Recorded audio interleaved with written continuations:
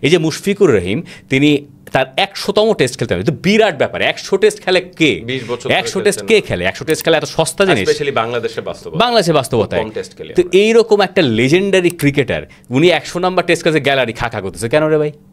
সেই প্রশ্ন তো আমারও, কেন না এর প্রশ্ন উত্তর দেন আপনি আমাকে। উত্তর আমি দেই। হ্যাঁ, ওই যে শুরুতে যেটা বললাম যে তাহলে ওখানে যেতে হবে যে আসলে আমরা খেলা ভালোবাসি কিনা। যেমন আপনাকে দুইটা ভালো উদাহরণ দেই। মেক্সিকো, আমরা তো জানি যে দে আর নোন ফর ফুটবল। মেক্সিকোর একটা শহর আছে মন্তেরে, সেখানে এবার বিশ্বকাপের খেলা হবে। সেখানকার বেসবল স্টেডিয়ামের ক্যাপাসিটি ২৭,০০০।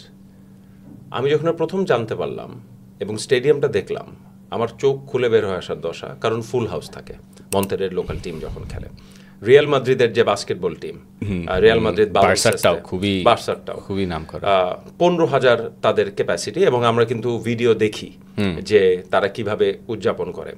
তো সেই জায়গা থেকে যে আমরা অ্যাজ আ ফ্যান আমরা সাকসেসের দিকেই ছুটি কিনা, যে আসলে আমি এখানে দেখছি সাকসেস আছে। আপনি যেটাকে কুল আনকুলের কথা বললেন, এটার কি একটা কারণ রিফাত আপনার মনে হয় যে আমরা আসলে খেলাটা দেখে বেশি খেলি না?